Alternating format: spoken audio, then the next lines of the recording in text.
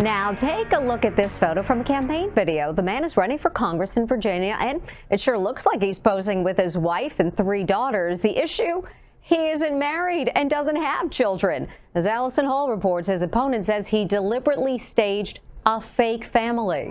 A bachelor running for Congress is taking heat today for posing with what some are calling a fake family. That's not his wife and 3 daughters. Hey folks, Derek Anderson here. GOP candidate Derek Anderson from Virginia lives alone with his dog. This campaign video also includes footage of him seated at the head of the table with the family that's not his.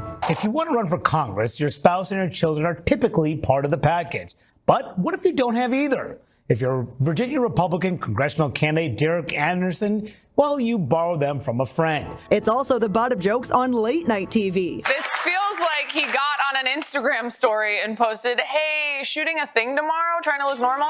Anyone have a wife/kids I can borrow? Today, I spoke to Anderson, a former Green Beret. Were you trying to make it look like these people were your family? No, absolutely not. These are my friends. These are people from the district.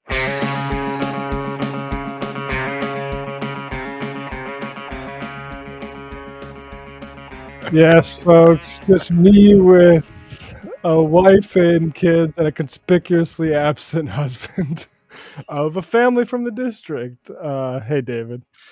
Probably one of the worst excuses if you ever get caught cheating on your wife. It's like, look, I'm just with a member of the district out here. Yeah, and his response to where the husband was he's probably at work. That's so good. That was in Virginia? Yeah. Do you know anything else about that race? I know that there's a Vindman, military Democrat guy who's running against him. I saw some people that said they had knocked doors for him. I'm not sure. I do know the guy does have a dog and apparently is engaged, but not with that woman, with an entirely different woman. So just like a Tim Scott situation. Yeah, exactly. And it's just like, why don't you just run as a bachelor? Like, how do you think you're getting away with that? You have an opponent, right? Like, do you think they're just not going to notice you passing off a different man's family as your own? Okay. Yeah, I mean, as a wise man once said, they should have stopped that once it got to the idea stage. Exactly, indeed. Well, folks, we got a really fun episode for y'all. In just a little bit, we're going to be joined by our good friend Kurt Hacbarth and Jose Luis. We're going to be talking about Mexico. Really, really exciting things happening there. Kind of the opposite of what we're seeing in this country. We're going to be talking about the new president of Mexico, what that means for the country, the fights they're having with their judiciary, and whether or not Claudia Sheinbaum is going to be able to continue the very, very fascinating and successful project of AMLO's transformation. Yeah, right, exactly. And it's interesting to hear them talk about the continuity element of transformative presidency and movement like AMLO's and Moreno, and see how this or Morena, right? Yeah. And like David said, it's a little bit like escapism. I mean, we could talk about it. Like, it's one of those things. It's like, obviously, people who've been watching our program and watching TMBS, Matt and I are both internationalists, care a lot about what's happening in other countries. But I do worry sometimes you see this kind of trend, particularly, I mean, in our country with American leftists, when things get really, really bad in this country, when our politics look more and more bleak, we start getting really, really invested in what's going on across the globe. Again, nothing wrong with that, but we also need to make sure that we're paying attention to what's happening across the globe in order to learn, help, and participate in this global movement for working class power, versus just sort of having it be something to give us an escape when things feel pretty bleak. But in fairness, things feel extremely bleak right now, don't they, Matt? Yeah, I would say so. I don't know. I think Kathy Hochul getting on a train and heading down to Pennsylvania to help Kamala Harris. I think that's exactly where you would want the anti-fascist party to be at the stage of a campaign. I mean, it's one of those things where we've had now 3 cycles of Trump and Trumpism. And to trot out some of these old tired arguments is truly amazing because we know we actually have the counterfactual about what happened when Trump was president. It was bad, right? But it's also something that we experienced and we got through. And now what we're getting from the Kamala Harris campaign is an indication that not only will they be kind of not a big shift from Joe Biden, in fact, it's going to be more and more of the same, except for a few more friends along the way for the ride, meaningly the Republican Party. We got some of these clips here if you want us to get to. For people who might have missed this, they've trotted out this new slogan, "Country Over Party," which feels very apt. It really does feel like the country may be over. They brought out, Republican after Republican, the Cheney family, who, by the way, I mean, Matt, I don't know, maybe this is different in your part of the country. Is there a big Cheney constituency up in North Dakota? Maybe among the sort of executives in the areas, like maybe they're like There's a visiting couple in for the some oil reason. industry. Yeah, they're visiting the sites for some reason that they're fracking. I mean, not that they ever do that. They probably sit down in Houston and just watch it roll in. But yeah, I don't think so. I don't think there's a huge, like, I love Liz Cheney, but I'm open to voting for Democrat. She's a loser, man. I mean, they gave her a keynote speech here at Texas Tribune Fest here in Austin, which is like a big media thing. And it's just like, who are these people who are dying to hear what it is that Liz Cheney has to say about politics? It's kind of like, remember when they brought out Claire McCaskill? I guess she's still around as like a figure. Like, she was a loser too. And they keep on like bringing in these kind of right wingers and to say like, oh, Yeah. what is it that's going to win in politics? Well, certainly not the shit that you're doing, because you have shown us time and time again that you're not able to deliver on these things in your Exactly. Well, that's the thing, is like they don't actually are not able to deliver, but you become a simulation of a power broker if you have enough sort of donor phone numbers. Yeah. And that's what like these old politicians are. Like Heidi Heitkamp, I mean, fair enough, won a Senate seat in North Dakota sort of unexpectedly, but is still one of these centrist, ran as one of those centrist folks, and she still like plops around because it's a political sort of as a political power broker, and like but I don't understand how that's still operative post 2016 Trump. Like all of those people pretty much lined up behind Hillary Clinton. Like I don't even know if like the Cheneys and stuff, like they might have even been halfway in it. There's a lot of these same type of people who are like apparently Kamala's so excited to have on side. They were basically on Hillary's side in 2016 for all the good it did them. I mean, this is the thing that's really crazy is that what we're seeing right now is, and I think it's a fundamental reality, it's like Donald Trump is an extremely beatable candidate. And the only thing that makes these elections competitive, the only thing that makes these elections competitive are candidates like Kamala Harris, are candidates like Hillary Clinton. Here's Hillary. Yeah, go ahead, Matt. Because they can win in a closer way. And 2016 again was instructive in this. There was sorry, just really quick, Matt. Like the pathway for a Republican to win the presidency right now is, extremely, extremely difficult. Just given like they have to have very specific states that they win, because they've sort of given up on winning the popular vote, right? So they have a very, very narrow and specific path that they have to take to win. So not only do you have like a kind of numerical advantage from the get-go, right? Just because more people are voting Democrat now nationally than Republican. They also have a very specific geographic map, but the Democratic Party finds a way, be it Hillary Clinton's personal war against Michigan back in 2016 to Kamala Harris's continuation of that campaign today. Yeah, in 2016, we saw this happen. Because again, like you said, like they recognize that they are in a decent position.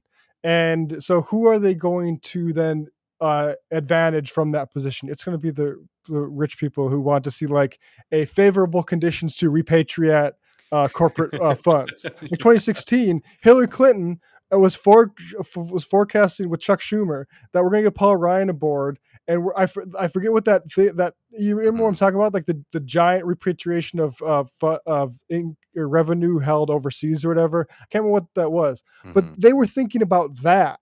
That's why Mhm. they never tied Trump to the Republicans at large, is because they wanted to work with Paul Ryan. They wanted him to be part of the governing coalition after. They would have, for that election, probably ran more. I mean, don't kneecap Bernie, but like a genuine, like populist, like we're going to do healthcare. I'm Hillary. This is the care economy. I want to do healthcare in the 90s. We're going to do Medicare for all now. I just maybe that would have had a better chance than the let's go easy on Paul Ryan and Chuck Schumer Yeah. talking about how for every person we lose in the city, every working class person we lose in the cities, we're going to get 2 in the suburbs. Well, it didn't pan out and he lost. And then, but the Yeah. problem is like they lose and then Trump gets in the power. All those corporate interests that were perverting the Democrats, they're not actually burned by that. They love it too, because they're going to get served and they're going to have even more power to lean onto the Democrats. Like now you see some bizarre pissing contest over Lena Khan, Yeah. and how like that, like we don't deal well with her, get her out. It's a pretty crazy, I guess, trend we're on. Wouldn't that's like the trend. That's like a deep analysis. I mean, just basic aesthetics of the campaign, how it looks, how it feels. This is Kamala Harris talking about the Joe Biden presidency on The View. If anything, would you have done something differently than President Biden during the past 4 years? There is not a thing that comes to mind in terms of, and I've been a part of most of the decisions that have had impact. Yeah. The work that we have done, for example, capping the cost of insulin at $35 a month for our seniors is something I care deeply about allowing Medicare to negotiate drug prices. Yes.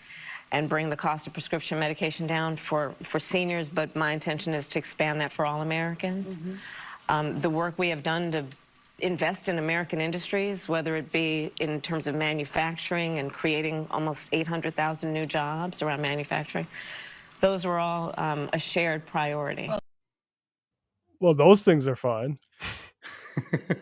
I don't think that's what anybody was. I mean, maybe some people were asking about that. That's not like, I would say break laws pertaining to giving weapons to countries that are violating human rights and a wanton rampage.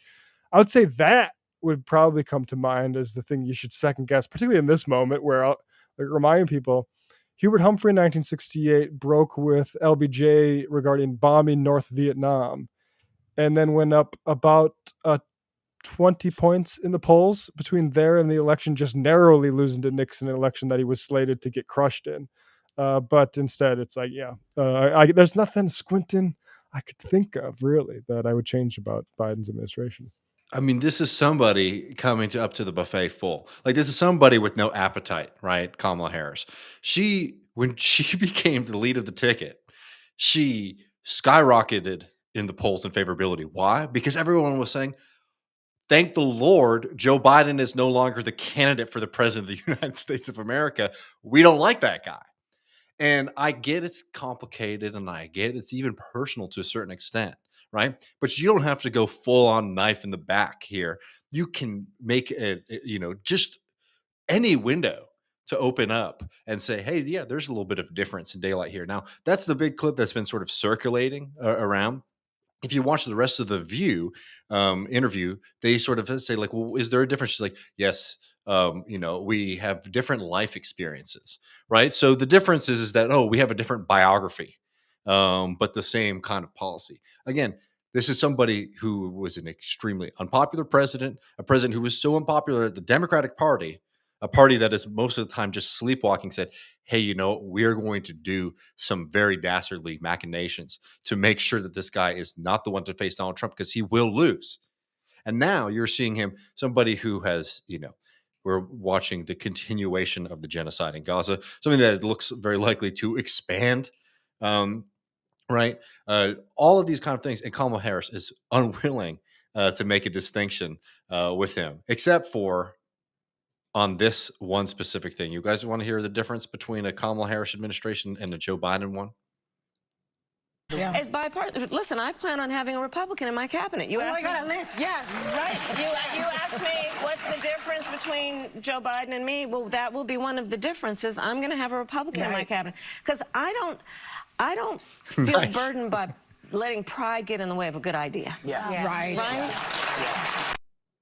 Now, again, for the listener, they don't ask her what any of those good ideas from the Republican side are. But if I were to take a guess, maybe continued brutalization at the U.S.-Mexico border might be one of those that she's very willing and excited to bring a Republican to help out, since they've effectively have just grabbed Donald Trump's policy and repackaged it for a Democratic administration over these past 4 years. Something, again, that she feels very proud to have been a part of.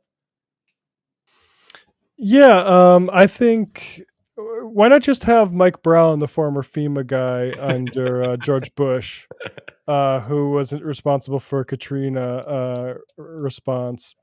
Why not have him be part of your cabinet? Get everybody aboard.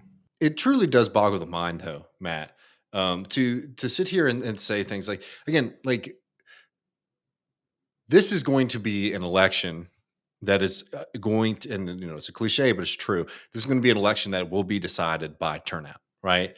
This is going to be one, particularly in these swing states where they're hoping to win, right? Where they really, really, really, particularly since they have doubled down on killing children and mothers and citizens in Gaza, right? They're going to lose and have a whole host of young people who are just not going to show up for them. Right? The whole host of other people who can be completely allergic to this ticket. So now what you need is those like solid Democrat voters to make sure that they're coming up for you. And if you're sitting here saying like, hey, by the way, if you vote for us, not only will we continue doing all these terrible things abroad, but we're also going to bring all those guys that we say we hate and try to bring them into the United States government. And surprise, surprise, grab bag, who knows what Republican they want to be. I mean, maybe they'll bring somebody in to run the Department of Energy for the Republican Party. That'll be real nice. Or maybe we can have somebody really, really show us a strong conservative plan towards healthcare. Maybe something about women's access to healthcare in this country. I mean, just there's nowhere that you can look at and say, I want to have a Republican running this administration or this topic. If you're a Democrat or a liberal, it's absolutely absurd. So who does this fantasy appeal to? That's a good question. I mean, a genuine one. Other than the morons who are running this campaign, right? Right, and like maybe like guys like Mark Cuban, who the Democrats have like on the hotline too. Like, yeah, we had Gene Wu, who's a Democrat here in in Texas in the state ledge, tweeting out the other day about how like the Democratic Party really needs to get Mark Cuban maybe to run for governor of Texas, and it's just like they are allergic. They are absolutely allergic to politics. And here's the thing that's really frustrating about this: is a very winnable election for Kamala Harris. It's one that they have tremendous advantages in because Donald Trump and the people around him are absolute freaks. Now, I don't know if we have any of these photographs before we play this video here, but we were given. Well, we can play this video here and we can get to those photos for secondary analysis. Kamala Harris is now running a tight election against a convicted felon, somebody who tried to overturn the election, somebody who is a complete reactionary, an extremely dangerous, anti-democratic, bloated billionaire from New York City. Already one of the most unpopular presidents we've had. Who is surrounding himself with an Avengers coalition of people like this guy. American car company in generations and his rocket company is the only reason we can now send American astronauts into space. Take over, Elon. Yes, take it.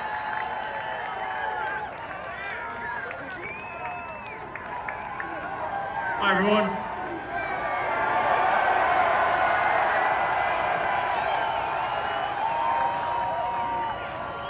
As you can see, I'm not just mad, I'm drunk. First of all, I want to say here, and the true test of someone's character is how they behave under fire. And we had one president who couldn't climb a ladder. Behind massive bulletproof glass.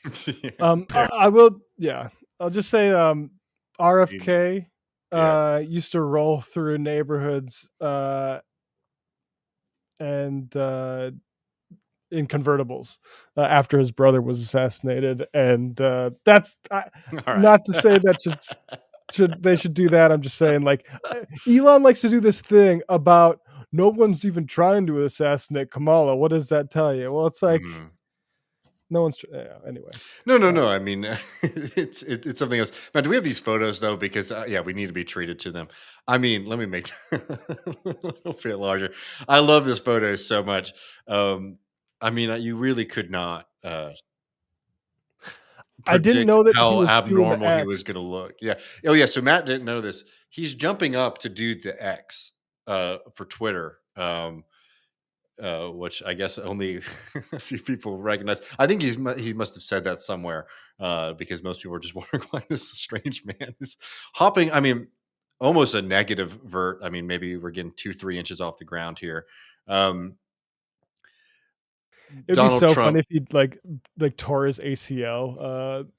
That would be great. And the thing is, like, you feel like Trump is not in it either. You look at that face that Trump is giving in that photograph. Oh, yeah. He could not abide, this kind of goofiness that he's been sort of forced to surround himself with, be it him or RFK. They're really at the bottom of the barrel, and oh my Lord. That really, that's a photo. Yeah.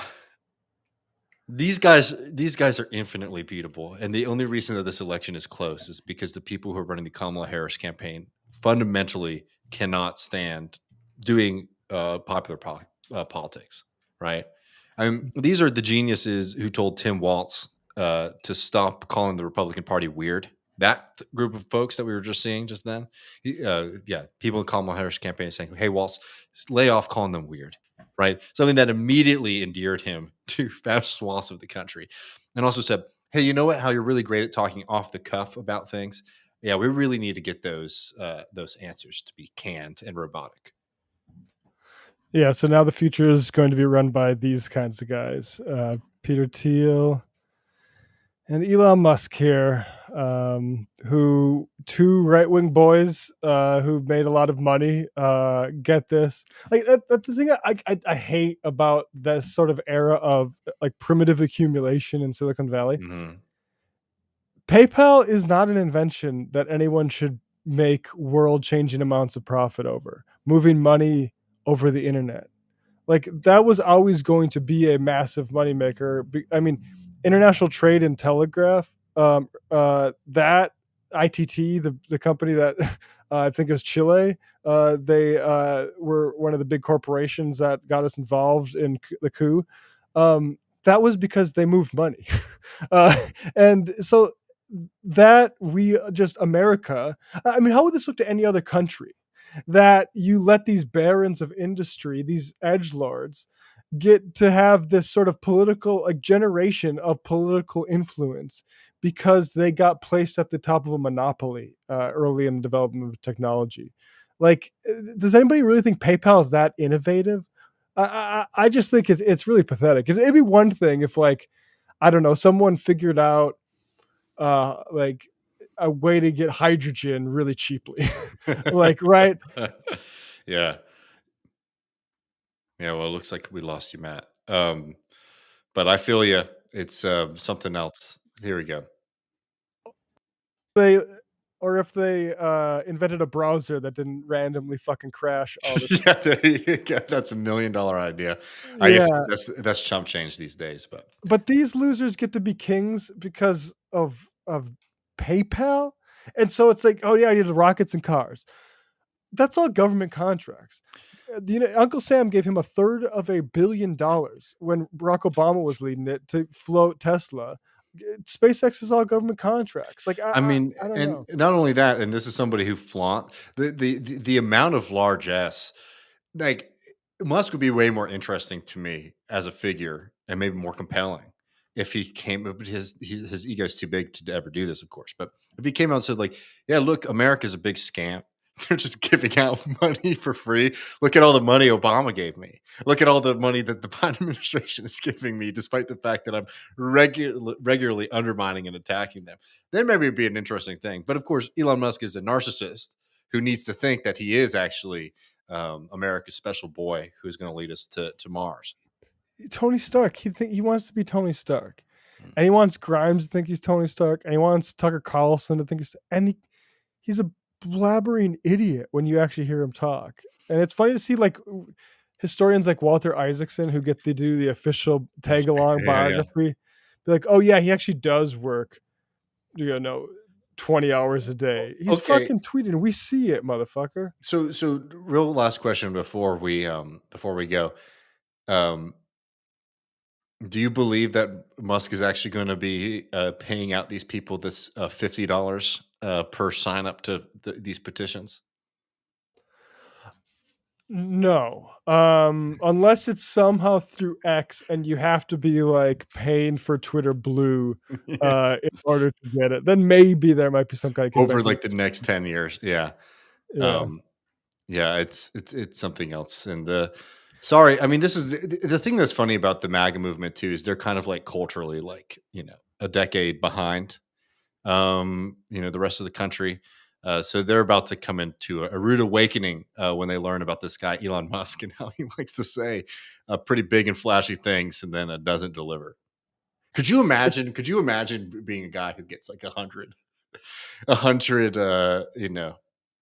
signatures on one of these petitions? And it's like, ooh, I'm about to be getting some money, man. Put this down payment on a house. You're just sort of waiting forever, ever and ever. Because it would be kind of a lot of work, actually.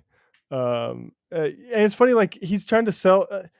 It's going to be interesting to see how the next 5 years goes for Musk. Because, like, who's buying Cybertrucks? I mean, I admit, I do see them. I saw one in the Manhattan the other day, but I don't know. I don't think it's that much. And like now they're trying to market them to like guys by making it look like the Halo, Warthog, and it's like that's a limited market. Guys with that kind of disposable income.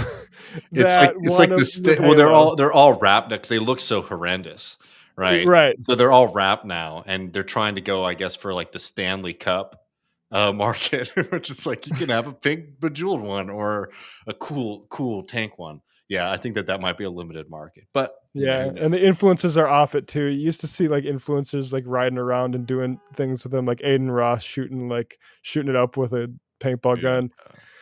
But it's over. Hype cycle. We're in detumescence, I think.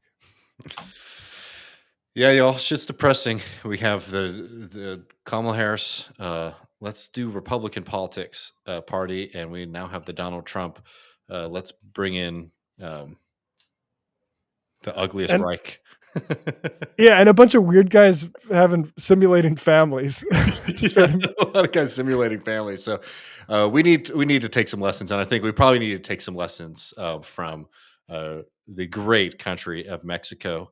I will say before we dive into this conversation with Kurt and Jose Luis, Claudia, if you're listening to this, me and the people of Texas are very, very sorry for what we've done, and we would love to be embraced by the mother country and yearn for our return home. So please send some help very soon.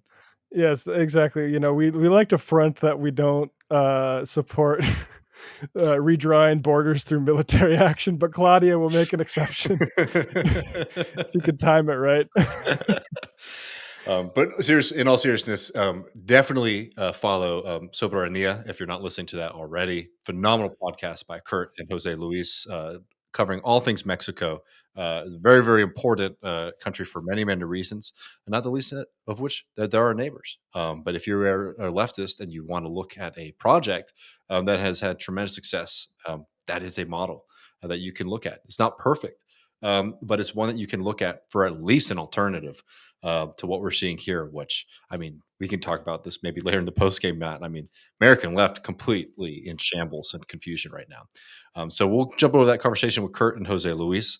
Then right after that postgame, patreon.com/leftreckoning. We'll give you guys a little bit of a preview in that in just a couple of minutes. But let's get over to this conversation with Kurt and Jose Luis.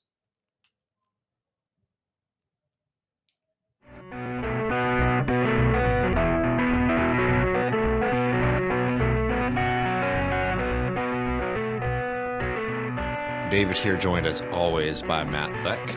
Really, really happy to be joined as well by Kurt Hacbarth and Jose Luis Granados Ceja. Thank y'all so much for joining us and talking to us a little bit about Mexico, friends. Pues our pleasure to be back on in this kind of historic transition moment for Mexico.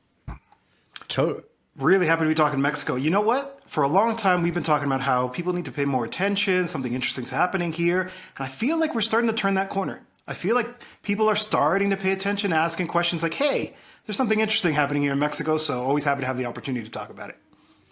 Yeah, I mean, I hope that they do, because it has been a very, very interesting past few years.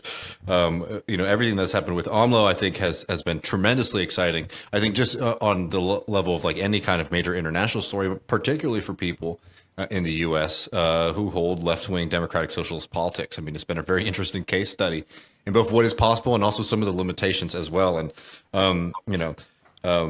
as much as I would love to just dive back into a retrospective on AMLO again, people could go and listen to our previous conversations on AMLO. I think we had one just a month ago.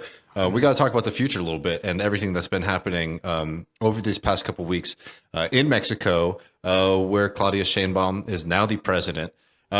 Before we get into some of like the forward-looking programs and things like that, could y'all give us a sense of what that inauguration was like and those first few days of the presidency there? Yeah, I'll just jump in real quick. Yeah. So we decided to go down to what could be called the people's inauguration. Obviously, there's the formal process that happens in the hallowed halls of democracy in the Congress, which actually was a really nice moment as well, because the president of the lower house of the Chamber of Deputies was a historic woman, a very important Ifigenia Martinez, and she insisted on being the person who was going to hand over the sash from López Obrador to Claudia Sheinbaum. She's somebody who's universally celebrated for her place. She was the first woman to graduate from Harvard, as an example of just kind of her place. So it was really nice to see her be able to do that. But actually, unfortunately, it was her last act. She died a few days later. But it kind of tells you the way that this is the new Mexico, right? Turning a page, and actually the left from being in protest, the left to being in power. She gave us, kind of your typical oath of office speech in the Congress. That's where the foreign dignitaries were and the rest of the powers of Mexico were. But then the speech that she gave from the Zócalo was a lot more fiery. She copied one of the things that López Obrador did at the beginning of his term, which is to lay out a 100-point plan. One of the things we noticed was that there's a bit of an increase in the audio-visual content, accompanied more by some visuals to show what she's trying to accomplish. And I think a lot of this because, this is Claudia Sheinbaum. It's not López Obrador. And so there has to be kind of her own touch to it as well. But also, I would have to say that she's gotten much better at addressing massive crowds. Right, she was a little bit rusty. She even kind of flubbed her words in her very first campaign speech, but this time she came off as very confident, very, very strong, like the kind of leadership you're looking for in Mexico. And of course, the Zócalo was filled, which is something, right? There was always this kind of sense of, will she be able to carry that forward without, López Obrador and his influence and his ability to mobilize? And she did, successfully so. And there was a lot of energy in the crowd, a lot of enthusiasm, people clapping for the ones that spoke to them. There was a couple of really good ones that hopefully we can get into, talking about some of the things that she wants to accomplish. But it definitely feels like the second floor, as she calls it, where we're building something else on top of what already was accomplished over the last 6 years. Yeah, just to add a little bit to that, it's interesting that it was a two-part day. So as Jose Luis pointed out, there was the protocol in Congress, the actual inauguration, and her speech there. The part I translated in my Jacobin piece was the kind of the most moving part, where she talked about how, and she's repeatedly said this. I'm not just coming myself. I'm coming for all women in Mexico. She talked about the great grandmothers who couldn't go to school because school wasn't for girls, and their aunts who had learned strength and solitude. The generation of emancipation of theirs, and then daughters and granddaughters, and going on.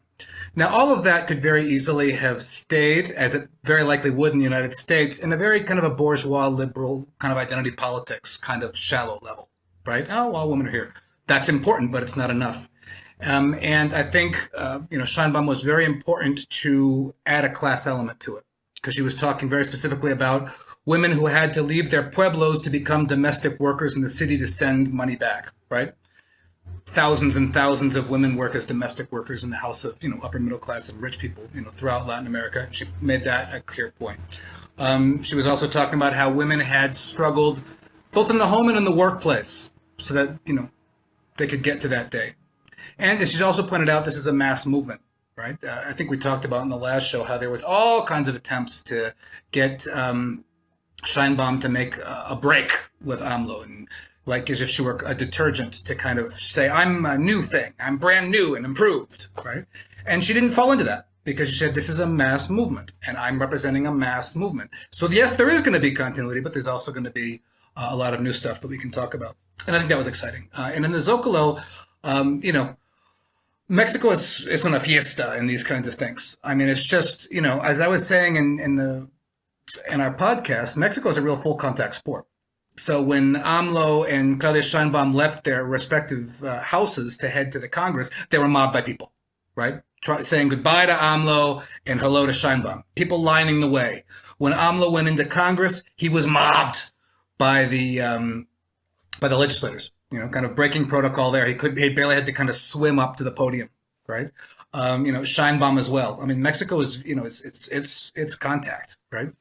And it was like that in the Zocalo as well. And it was just, there was a traditional dance, there were musical numbers, and it was a festive atmosphere that I think it'd be hard to reproduce these days in the U.S. No, I mean, just on that, was there any sense or any differences that maybe you gathered from her relationship to Mexico City versus AMLO's? Well, in terms of how, yeah, and I think that's a point that's actually been made over the first few days. Sheinbaum was inaugurated on October 1st. It used to be December 1st, but they moved it up to shorten the transition, which was too long before. So I think that was the right move. October 2nd was the anniversary of the student massacre in Tlatelolco of 1968, right before the Olympics. Right? And her first mañanera, her first morning press conference, her first official act was to ask for, an apology, to offer an apology on the part of the federal government for that massacre, right, by the PRI at the time, right, President Díaz Ordaz. And she pointed out very specifically, I'm a child of 68, in the sense that her mother, who was a professor, was actually fired from the National Polytechnic Institute for her involvement. And she was recalled that when she was a child of 7, she would go to the infamous Lecumberri prison to visit some of the political prisoners who were jailed up there after 68. So that's a very much an urban focus, 68. Urban, middle class, college student focus. Absolutely important. I mean, fundamental for modern Mexico. You can't understand modern Mexico without it. AMLO, the accent was different. He came from a rural, small town, Tabasco, Macuspana, Tepetitan, Macuspana, and his point of reference was very much what's called the Mexico Profundo, deep Mexico. He worked in the National Indigenous Institute with the Chontals. Also, Sheinbaum also has experience working with indigenous communities. I'm certainly not suggesting otherwise. But AMLO came from a rural environment. He had a regional accent, and his point of reference was very much that deep Mexico of the countryside and of the campesinos. So that is one focus right there between the president hailing from small town, deep Mexico, and the president from middle class, academic, scientific, background. One thing I would add, which is the obvious difference as well, which is that it's a woman. It's the first time Mexico has a woman in the highest office, but how is that translating in the morning press conferences or interactions with her critics? She's obviously been subject to an incredible amount of sexist criticism and abuse. There was one comedian who was literally said, oh, we're going to have a housewife in the presidency for 6 years. And you know what's been interesting, and I know there's 4 guys here, right, talking about women's issues, but it's been really good to see, because this is a very machista, sexist society in many ways, is the way that she's been answering those critics, right? Actually uplifting women who have found themselves working in these kind of situations, or the double work day that women have to do, working at home and also having a career and a job and taking care of children, right? And then it's coming from the most authoritative voice in the country right now, the president of Mexico.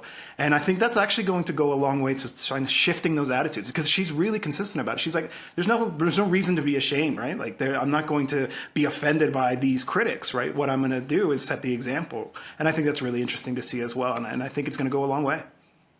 So just one other point there. I know I'm ping-ponging and then I'll shut up. But talking about how Sheinbaum's policies want to build on AMLO's. So AMLO instituted that 65 and over universal pension. And what Sheinbaum wants to do very quickly is to reduce that from 65 to 60 for women, precisely because of women's historic role in Mexico, of course, as caregivers, both to children and to aged parents, and the actual total lack of a welfare state before this. So they're saying, women are owed this, so they're going to be able to get their pension earlier. I'm sorry, go ahead. Yeah, I wanted to ask kind of broadly on this topic, in terms of expectation and patience of this movement, going from AMLO to Sheinbaum. How is Claudia, is she navigating this? Like, where are those expectations before we move to maybe some of the obstacles exterior to that? Yeah, so I think in the transition period, one of the smartest things they did was making sure that Claudia accompanied López Obrador in these finishing months of his term, touring the country, visiting the infrastructure projects that they were inaugurating, all that, to just make it clear that there really is kind of the handing of the leadership over to the next one, because it was going to be delicate. And in fact, I was listening to Juan Carlos Monedero this morning, and he pointed out the fact that, historically, especially in Latin America, the transition has been difficult, right? In the case of Argentina, Alberto Fernandez ended up not wanting to even run for re-election because he had such a good time. There's the obvious case of Ecuador, where Lenin Moreno ended up being a traitor. So the transition's always a delicate thing. And, I always had faith in Claudia, but you never know, right? I also didn't expect Lenin was going to turn out to be such a traitor in Ecuador. So there was always that risk, but I think most people feel like, no, this is part of the same. There is that continuity. She does represent this same project. I think she has been embraced. Her approval ratings are up there alongside López Obrador's, who left between 70 and 80% approval ratings. Likewise, she's still in her honeymoon period, although, as we talked about in the last episode of the podcast, the challenges have already really started to accumulate. So I think the one thing I would really stress is that, Kurt mentioned lowering the age for the universal pension, but one of the things that I've seen is that she has a huge advantage, right? López Obrador had to basically rebuild the entire state that had been hollowed out by neoliberalism, and that work has been done. So, as we say in Spanish, la mesa está servida, right? The table is ready. So the one that jumps out to me is the brand new social program that was announced this week, which is home visits by nurses and doctors to that same seniors population.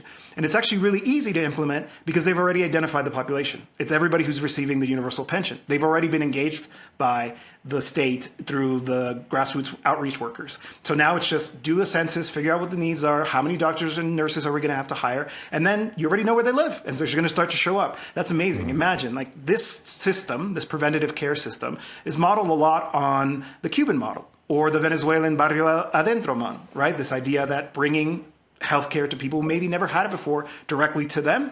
Well, it's going to be implemented not in 2 years, not in 3 years, but in less than a year, because of that advantage of coming in as being, basically the second term of a Morena-led government in Mexico. And that's all part of a whole. Just really quick, Yeah. is that care free at the point of service? Just for people who are familiar with this. It'll be totally free. So the idea is to kind of get an evaluation. So Mexico is a country that has some of the highest rates of diabetes, for example, right? Figuring out, doing the social work of what are people's diets, why, what is happening here, what kind of attention do we need? Is there a need for a hospital? All these kinds of things. Mexico has basically 3 different tiers. There's the totally private, pay for out of your pocket system. There's the the ISTE and the IMSS, which is either the public sector or private sector workers who are covered, somewhat similar to the U.S., except it's a state-run system.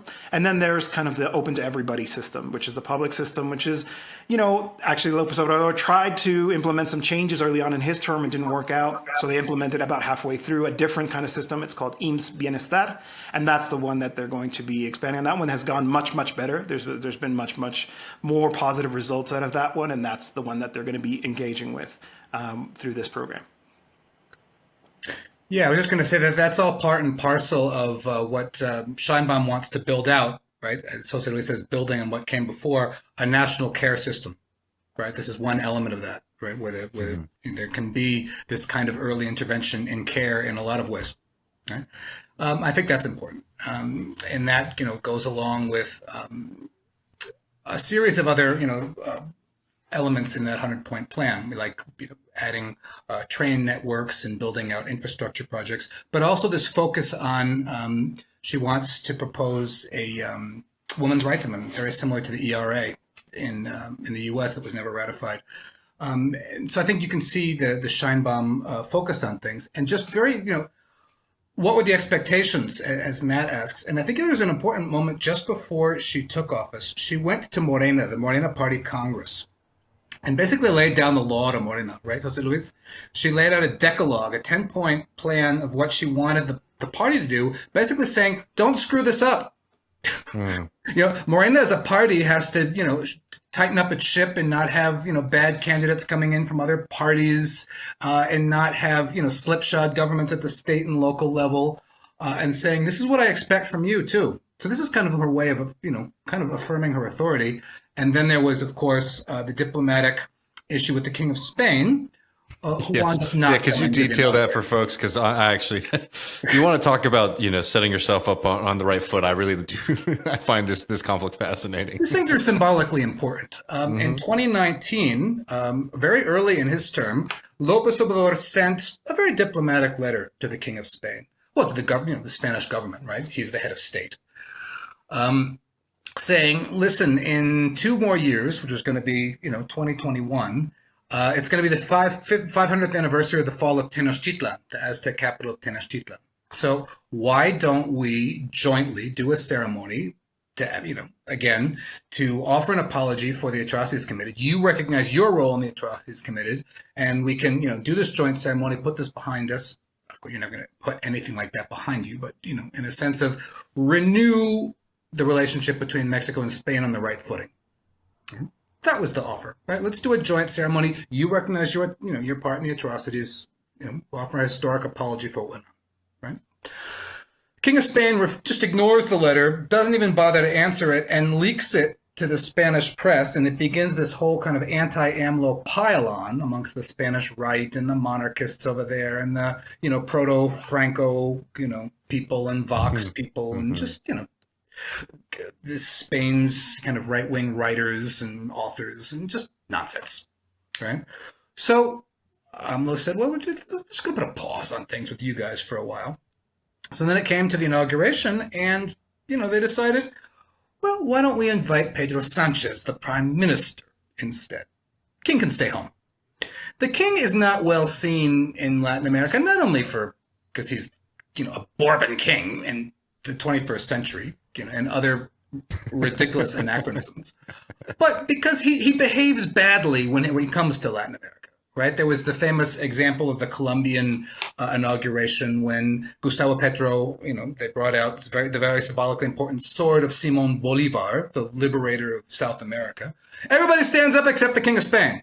Jesus Christ. It's like, all right, there was the time when his father, before having to leave office, for his own corruption, asked to Hugo Chavez, why don't you shut up, right? In that joint meeting, about 15 years ago now. So it's kind of like, just these people can stay home. So Spain kind of got all about it. And then they realized that they finally could send a letter. They discovered their ability to write letters after the fact. They sent a formal complaint to Mexico about it and then said, we're not sending anybody. And Mexico's like, all right, fine, don't send anybody, if that's the way you want to be.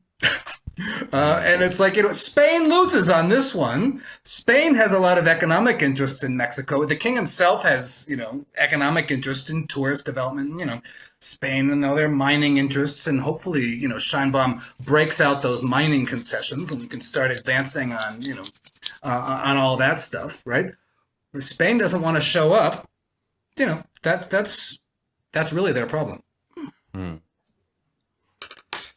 Yeah, and I mean everything that we were seeing from the Mexican government from Sheinbaum was I don't know, was pretty was fairly strong. And as an observer, I really appreciated seeing that for how this government is going to interact with. I mean, in this case, I think probably the perfect encapsulation of a bully.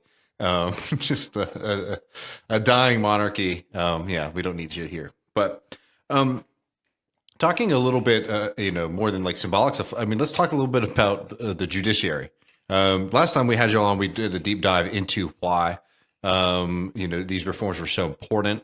Now we are seeing an attempt to try to roll those back. Could you all sort of break that down for us and talk about how, Sheinbaum has been doing, pushing back? So I'm going to share another Spanish term that we use here, patadas de ahogado, which is basically translated into, the thrashing of a drowning person. And it's the last-ditch effort to try to save this conservative stronghold. As we talked about last time, the reason the judicial forum was so important, the reason it came first, the reason it's the most controversial and the one that gets all this attention is because that is one of the remaining places where the opponents of the fourth transformation of Mexico can impede the agenda. And they know it, and they're trying to protect it. So obviously, the reform is no longer a reform, it's constitution. So it's been passed. Mexico is unique in the sense, although not totally, there are other examples of this, that it has a permanent constituent assembly. So you don't have to actually have a special process to amend the constitution. What you do is basically 2/3 of the Congress, both houses, Senate and the lower house, the Chamber of Deputies, along with a majority of the local Congresses, constitute a permanent constituent assembly.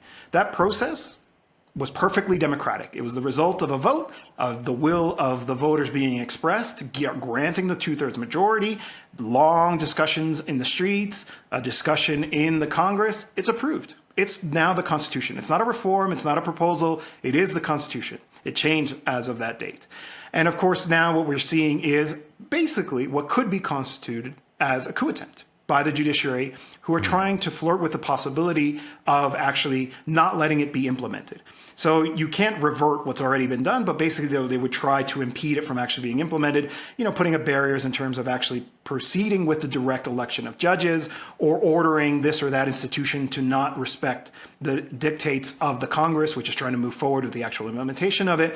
But of course, what it is call a spade a spade. It is an attempt to subvert the will of the voters of Mexico, which clearly decided. None of this was unknown. Everybody knew this was a major issue on the campaign trail. I always make a comparison to 2006. Felipe Calderón starts his war, his so-called war on the cartels, without ever having talked about it once on the campaign trail. Suddenly, Mexico was in a bloody engagement with the armed forces on the streets. Nobody voted for that. Nobody approved of that.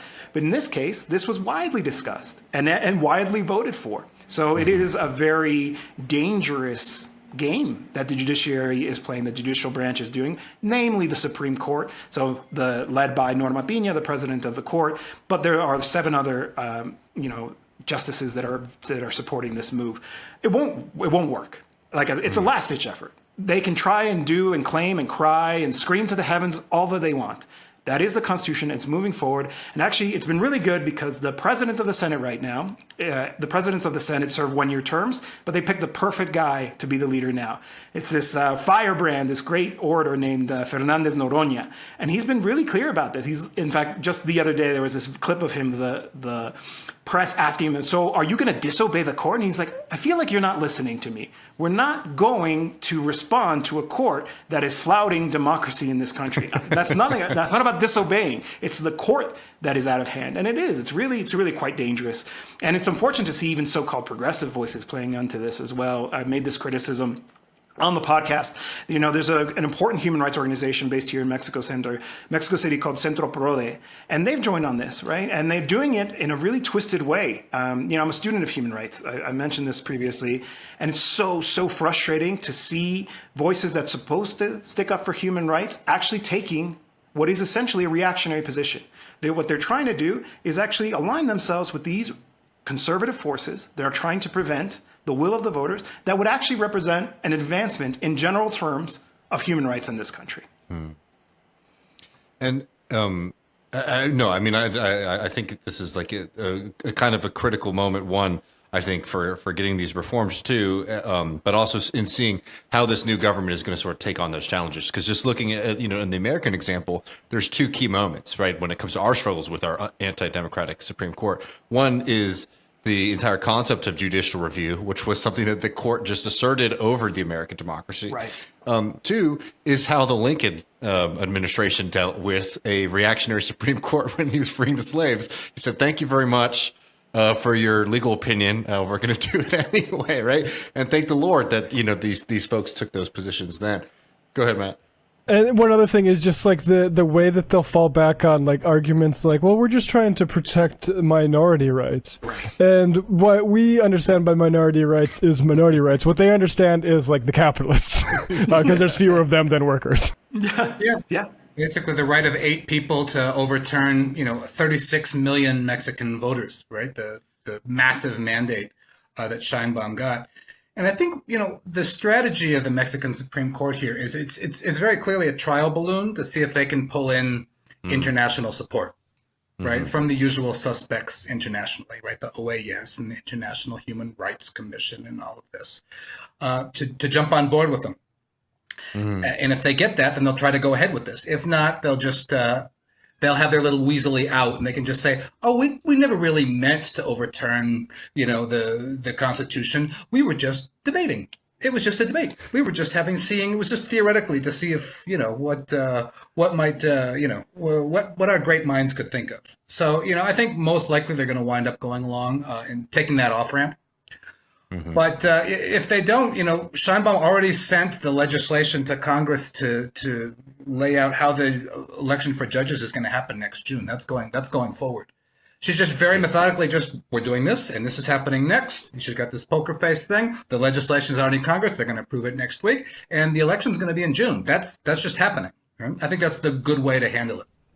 Jose Luis, you started off by saying finally Mexico's getting more attention paid to it, but it does seem to me that we have Kamala Harris trying to run for president, and there's all this discussion of like, how does she appear strong, and there seems to be a pretty great model that is maybe worth exploration, but there's a lot of silence, I think, over what's going on with Claudia. Yeah, and you know what? You just have to pay attention. The praise came from the weirdest place. Joe Biden, who led the U.S. delegation, released this video on her social media. She's like, "Oh, the energy here is electric. You can tell immediately as soon as I got off the plane." And the truth is, it's anybody who's honest and actually kind of approaches this country that way picks up on it immediately. And it's too bad that they're not paying a little bit more of attention, because there actually really are a lot of lessons to be learned from this experience. I think principally my major takeaways, to kind of go off topic a little bit here, is just following through on your commitments to the working class, right? To actually complete your promises to them and then keep pushing forward, and to show that bravery, right? To say, okay, there are forces that are acting against us, that are trying to protect the interests of a very, very small minority of the owners of capital in this country, who are acting in the interests of transnational capital as well. Well, we're going to take on that fight, because that's what you elected us to do. People can pick up on that. Never underestimate the intelligence of the masses. And I think that also speaks to the judicial reform. So much of the criticism is like, oh, Mexico doesn't have the conditions to be able to allow for this. I don't think it's all that complicated, right? I'm not a legal scholar at all, right? And I never went to law school, nothing of the sort. I have friends that are, but the truth is, when it comes to how I'm going to exercise my vote, it's going to be obvious. It's going to be the people who actually protect the interests of the working class, the people who've actually taken decisions against corporate influence and all the lobbying, all of this. I think, as always, believe in the masses. Yeah, I mean, I think that's a really good way to sort of look at that question of how we want to deal with the judicial branch. Is that like, look, I mean, in politics and in life, like, there's no certainty in anything.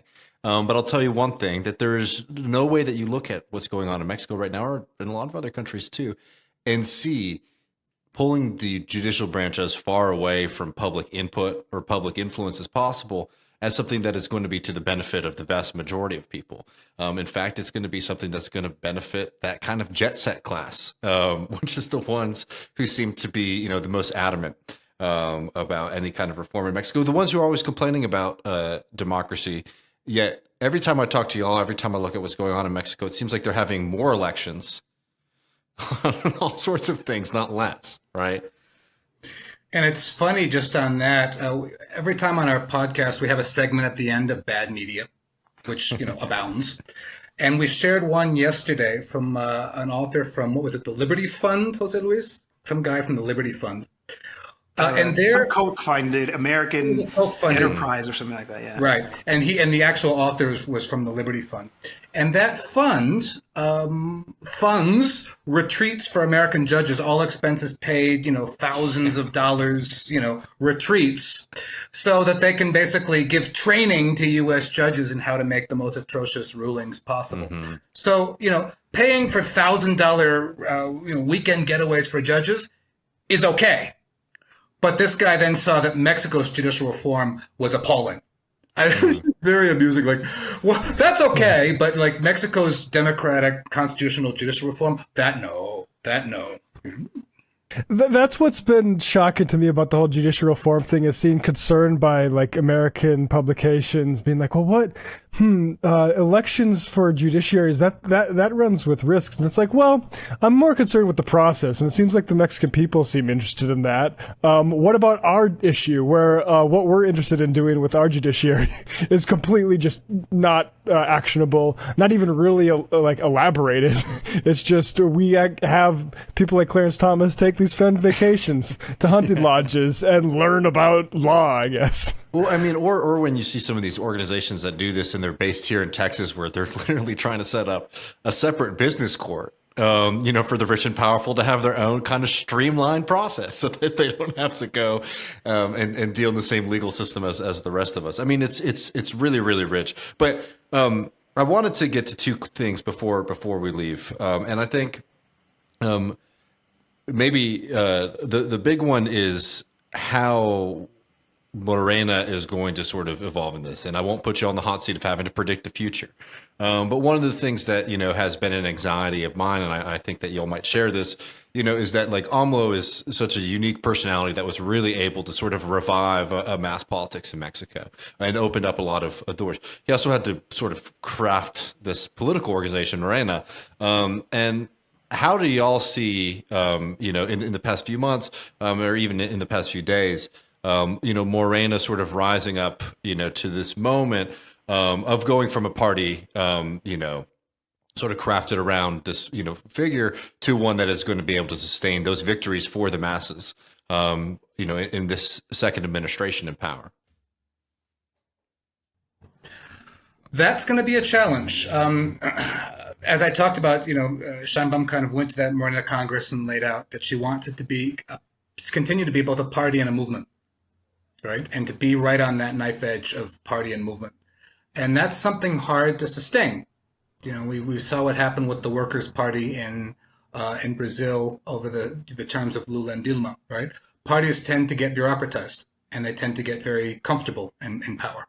Right, and Morena has its inner problems to work out. Right, you know, its former president Maria Delgado was not the most popular, precisely because of his undemocratic way of selecting some of the candidacies, right, from people who are not on the left, right, and that, you know, that rankles the bases. So there's now a new president of Morena, Luisa Maria Alcalde. She was the former governance secretary in the cabinet, a young, you know, definitely a talent on the rise, and people are really happy with her. So that's a good sign right there. Because just as it's difficult to have a transition in the presidency, it's also been historically difficult on the Mexican left to have a change of power in the party, right? Morena's predecessor, the PRD, tore itself up in two big internal elections for the head of the party. In the year 2000, when López Obrador was actually leaving the presidency of the PRD to run for mayor of Mexico City, and then again after the 2006 election. I mean, really, the party tore itself up in that, and it really never recovered from that. That was really the beginning of the end for the PRD. And so Morena is really, it's got that trauma in the past of not wanting to repeat that mistake. Right? And so part of what the new president of the party said, Luisa Maria Alcalde, is we're gonna renew this whole thing. We're gonna renew local committees and state level committees. We're gonna be down there with people. We're gonna be listening to people and and making sure that the party has really democratic means of participation. Right? That's going to be important going forward. Morena as a party, right? And also Sheinbaum herself, right? It's a different form of leadership, right? But I think it's going to be, the early signs are it's going to be, effective as well. It's interesting that you can just compare the morning press conferences. AMLO's morning press conferences would go on for 2, sometimes 3 hours. He'd give a history lesson. He'd do a little stand-up. He'd call out the press. He'd put on a song. It was a variety show, right? Sheinbaum's press conferences are, we start at 7:30. We've got this presentation. We've got that presentation. We've got that presentation. I'll take 5 questions, and we're done at 9. Now, in the U.S. terms, having a daily hour-and-a-half press conference by the president is still very long. It's just a testament to López Obrador that it seems short now because we're used to it going until like 10 o'clock in the morning. One of Mexico's really good political comedians had this really funny tweet where he said that, kind of comparing the two, it was like, President Sheinbaum, how did you sleep last night? Very well. Next question. AMLO, how did you sleep last night? Oh, that reminds me of a summer in 1974 when we had a very hot night in Tabasco, and then on and on he'd go, right? But I think the advantage of Sheinbaum, first is what Jose Luis said, that she's already building on what came before, this rescuing of the state. But secondly, she's got a lot of experience behind her. Right, she was a delegate, which was governed a section of Mexico City, kind of like a ward head, and then she was mayor/governor of Mexico City for 5 years. She's a climate change specialist. She's a physicist, but she's a climate change engineer. And it's certainly not in this thing of we have to look up to academics just because they're academics, right? That becomes a very elitist thing. But I think, in the case of Sheinbaum, it's a background that's very suited to the challenges Mexico's going to face right now. One of them is a climate transition, not through the private sector of, private sector greenwashing, but a public-led, a public-driven energy transition. And that's exactly her specialty, which is good. Well, I actually, I have to be careful about time here, but this is something that I really do want to talk about and hear y'all's perspective on, because that has been my one kind of anxiety about this transition here, is how she will deal with, renewable transition, particularly just because, of the question about whether or not it will be kind of state publicly run, publicly oriented, or privately. Because in the U.S. and in a lot of places, one thing that we've seen, particularly if you, are wanting to use certain kinds of technologies like solar and wind, those have tended to be ones that need to be highly subsidized. And in the U.S., basically the government subsidizes a lot of the costs, but it gets done by private green capitalists. So just on that question, how do y'all think, her orientation towards like the free market, the private side, is going to be on the question of renewables and energy transition? Because that is one of those where I get kind of nervous that we might see that technocrat that some of us might not be as much in favor of. So I think to speak to that, there was actually an interesting meeting just yesterday. So I'm not too familiar with her work, but a lot of people that I respect are. So I'm going to trust them on this one. It was Dr. Mariana Mazzucato. So she really works around this issue of, it's not just the state intervening to control the market, but the state should be a player in the market. It should actually be an active participant. And she had a high-level meeting with the president. So she gave a speech at the UNAM. It was really well received. And then she had a one-on-one with the president. So there's clearly an interest in this kind of shift away. It's not social democracy, right? I know in a lot of ways you can characterize Morena as a social democratic party or project, and what's been happening has largely been about building a welfare state, kind of tinkering, in some ways directly affecting the interests of capital, but not explicitly so. I think what we're seeing with Claudia, again, because the table is served, because of who her background is, an embracing of an ideology that goes a little bit further, that actually does sort of start to question the fundamentals of what an advanced capitalist country looks like in 2024. So I think it's quite telling that, you know, she's entertaining these ideas, having these meetings.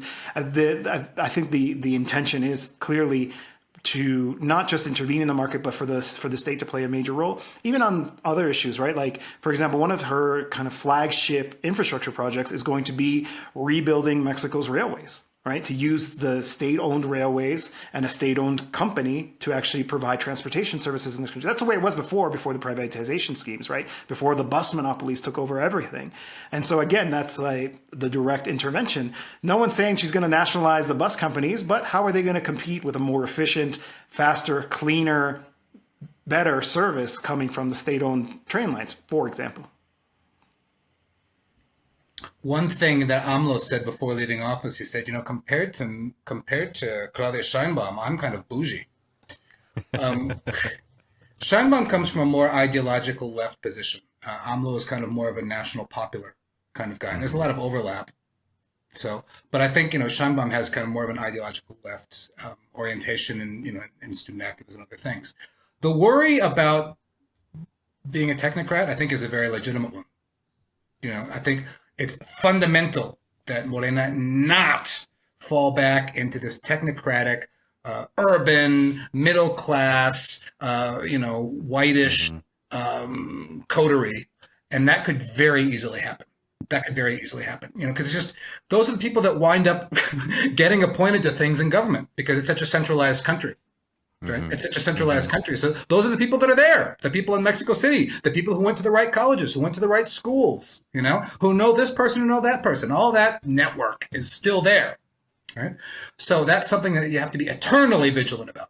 And that, I think, you know, we talked about it right at the beginning of the show, right? She's got more of an urban middle class background. So that's something they have to be particularly sensitive to.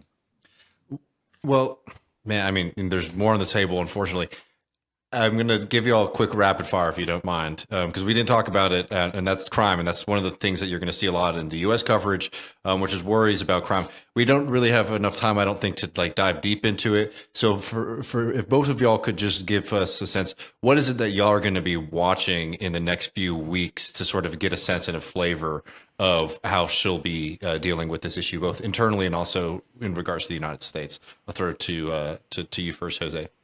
Yeah, so the policy of López Obrador was known as hugs, not bullets, and it was really criticized because they basically took a campaign slogan and tried to make it seem as if that was the policy entirely, but the emphasis is on the root causes of violence, and that takes time to pay off. And actually, if you look at the charts now, you can see that it is paying off. Of course, you know, presidents can only serve 6-year terms, and basically only now that López Obrador has left office, can we see the effects of that implementation? So I think they're continuing to that. It was announced today, you know, October 8th, the strategy, which is basically focusing on that, but also improving the capacity of the security forces to actually engage in intelligence operations and work against organized crime groups. And so there's going to be more an emphasis on that, and also kind of targeting the interventions where they're needed most. So as opposed to kind of like one strategy for whole of the country is working with the regional dynamics to try to figure out what's going on in order to best intervene. And then also there is an expectation that things will be a little bit more efficient this time because there has been also a change in the National Guard. It's now under the control of the Secretary of Defense. And so that means that everything will not have to be shared across departments. Now, there are reasons to also be concerned about. There's probably no time to get into it, but the expectation, the intention behind that is to make the actual security forces more efficient in terms of the way that they're operating and going to these hotspots when they pop up. Yeah, I have very little to add to that. That's exactly what Sheinbaum's going for. It's a greater intelligence coordination, greater coordination between departments, and you know, between intelligence gathering and actually the Attorney General's department, because kind of the Attorney General's department here has been in the first Morena administration quite slow on the uptake and a lot of things, and been very criticized in that. And you know, it's funny that their early crises of Sheinbaum were security related because they always do that to try to test the incoming president. So you saw the blow up in Chiapas, where you know, a soldier shot and killed several migrants, right, on a bus coming through. You saw this beheading here. You see things are hot in Culiacan. So you know, the early test for Sheinbaum is to not be thrown out for game by that. And also reject U.S. interference. One thing that she's also said is like cooperation, yes, submission, no. Because the U.S. is still trying to figure out a way to intervene in security policy inside of Mexico after having been largely marginalized by López Obrador beforehand. You know, as we know, security policy driven by the U.S. actually responds to foreign policy concerns, not really safety issues. Yeah. And there's a whole lot there. But I'll tell you, from watching the inauguration, Claudia looked very strong. Just being completely honest, she looked very strong. She looked very good. And this photograph made me very confident in how she'll be taking on the United States. There you go. Love her style too. She's had some amazing outfits, right? López Obrador was famous for having scuffy shoes, but Claudia Sheinbaum, tip my hat to her stylist, or I don't know if she's the one deciding, but it's also been really nice to see all of the way that also Mexican culture is expressed in what the president is wearing. You know, I'll tell you, I totally agree. I think that at least just on the level of the image and the imagery, everything that we were getting was a lot to be excited for. And, talking with y'all is very, very helpful, getting all the extra perspective. I mean, there's a lot to throw people. I'll tell you, y'all, I'm going to put a link because I know the Mexico Solidarity Project did a really great translation of her 100 planks. But where else can people keep up with all of y'all's work and what's going on in Mexico? Yeah, Mexico Solidarity Project is a great place to start. I've got my articles in Jacobin, and looks like we might have some interesting stuff coming up with the Mexican Public Network Channel 11 coming up. So stay tuned for that. And that stuff is available in the U.S. as well. And our podcast, Soberanía, right, which is Spanish for sovereignty, which is the big word. I think if you want to understand Mexican, Latin American politics, that's the fundamental key word there. And, we're on YouTube and Spotify and Apple Podcasts. And we have to say, you guys were a big inspiration for that. Yeah, folks, go follow on YouTube. It's funny, we all call these podcasts, but, YouTube's really where I think new eyeballs get on this stuff. So let's see if we can get them up to 5,000. At 4.5, let's boost it. Almost there. 100%. Well, gentlemen, it's always great speaking with y'all. We'll have links below for everyone to keep up with your work. And take care and talk to you soon. Thanks. Thank you.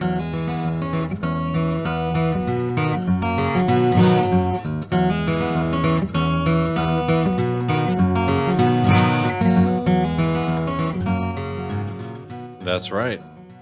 Y'all go over there. There's a link right there, Soberanía, for y'all to subscribe over there. Keep up with Kurt and Jose Luis. Yeah, they do a really great job at the coverage. They're very welcome on the scene. Let me tell you that. 100%.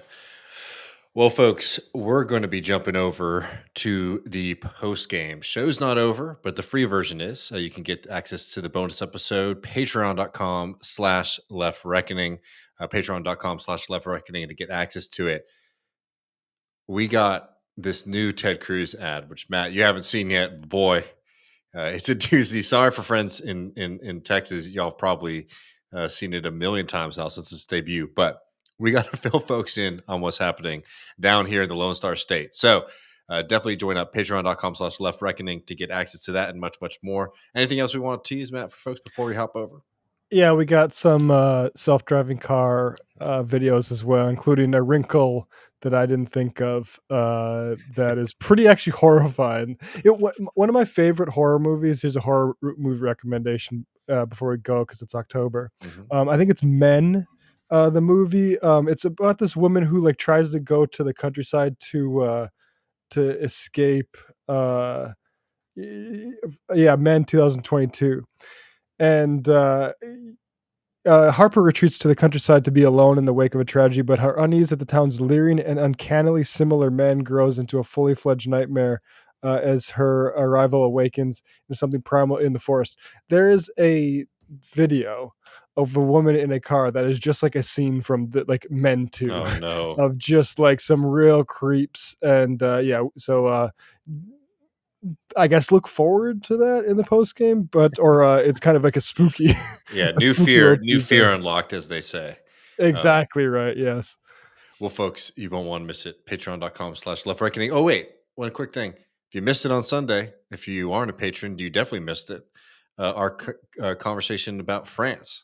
We went in deep with Cole about everything going on in the Fifth Republic. Yeah, exactly, including, a good walkthrough of how Macron has sort of maneuvered this and what the sort of different constitutionalities are. And also we get into the French right, which is preoccupied with immigrants, if you can imagine that. A new idea. Folks, the point is this. If you're not subscribed already, you're really missing out. I won't belabor any more, folks. Come join us on the other side, patreon.com/leftreckoning. Always great having Jose Luis and Kurt on the program. We have links to follow their work below. Appreciate everybody. Take care, and see you in just a couple minutes.